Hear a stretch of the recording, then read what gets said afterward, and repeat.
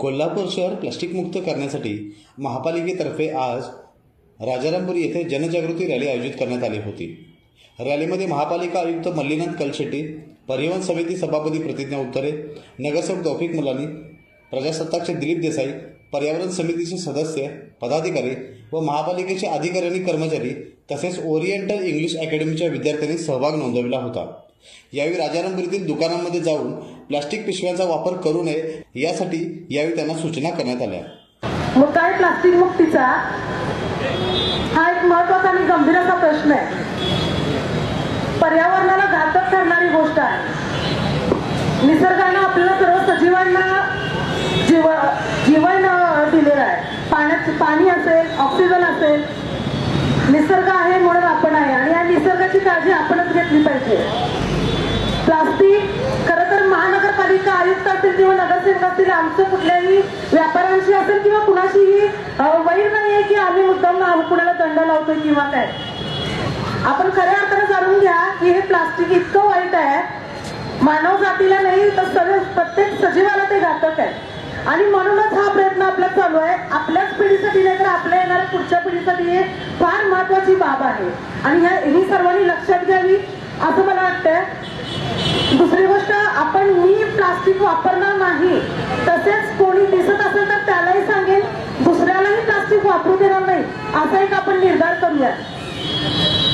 आपल्याला वाटत असेल की आपण छोट्या मोठ्या गोष्टीसाठी प्लास्टिक वापरतो, दुकानात गेलं की एखादी पुडी बांधायची असेल, काही सामान घ्यायचं असेल तर प्लास्टिक गरजेचं आहे असं काही नाही आहे। कागदी पिशव्याही असतात, कापडी पिशव्याही असतात, त्याचा आपण वापर करू शकतो। आणि महत्वाची गोष्ट, यातून एक नवीन रोजगार निर्मिती होऊ शकते। कागदापासून पिशव्या बनवणे, कापडी पिशव्या बनवणे यासारखे रोजगार महिलांना आणि इतरांना मिळू शकणार आहे, हाही आपण विचार करावा। आणि हे प्लास्टिक आपण हटवूया आणि पर्यावरणाला आणि धरती मातेचा उपकार आपण एक फुलाची पाकळी म्हणून आपण धरती मातेचे उपकार फेडूया। चला कामाला लागूया, आता प्लास्टिक मुक्त कोल्हापूर करूया। प्रत्येकाने ठरवलं पाहिजे की मी प्लास्टिकला हात लावणार नाही। मला या ठिकाणी समाधान वाटते, अनेक जणांनी जाताना हातात कापडी पिशव्या दिसतात, हे चित्र कोल्हापुरात दिसलं पाहिजे। प्रत्येकाने घरनं जाताना कापडी पिशवी घेऊन गेलं पाहिजे। माझी चेंबर ऑफ कॉमर्सला विनंती आहे, आपण एक 10,000 पिशव्या त्या ठिकाणी वाटप या 8 दिवसात कराव्या अशी माझी विनंती आहे। परवा स्टेट बँक ऑफ इंडियाने 5,000 पिशव्या दिल्या आणि उद्या रोटरीला 100 वर्ष होतात म्हणून रोटरीने सुद्धा ठरवलेलं आहे की 5,000 नाही त्याच्यापेक्षा जास्त पिशव्या द्यायच्या।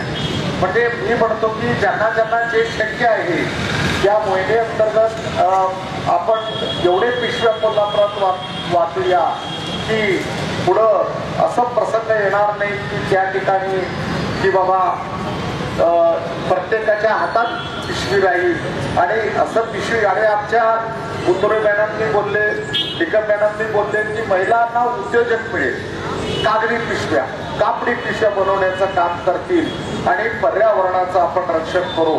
आज आपण पाहतो, आपण जयंतीला स्वच्छ केला, आता परत आपण स्वच्छतेला सुरुवात केलेली आहे। आता पाहतो तर काय काढतो, हे कोण टाकते, आपले कोल्हापूरकरच टाकतात। आम्ही कोल्हापूरकर असं आहोत का? नाही। आपण का असं करतो याचाही सर्वांनी विचार करावा आणि कोल्हापूर शहर स्वच्छ, सुंदर, हरित, प्लास्टिक मुक्त कोल्हापूर होण्यासाठी प्रयत्न करावा। उद्या 43वा रविवार आपला स्वच्छता अभियानाचा आहे। माझ्या सर्व सन्माननीय नगरसेवक साहेबांना विनंती आहे, आपापल्या वार्डात सुद्धा आपण गावातल्या कार्यकर्त्यांना घेऊन आपण त्या ठिकाणी आपल्या भागातील स्वच्छता मोहीम सुरू करावी। लाईव्ह मराठीसाठी योगेश कुलकर्णी, कोल्हापूर।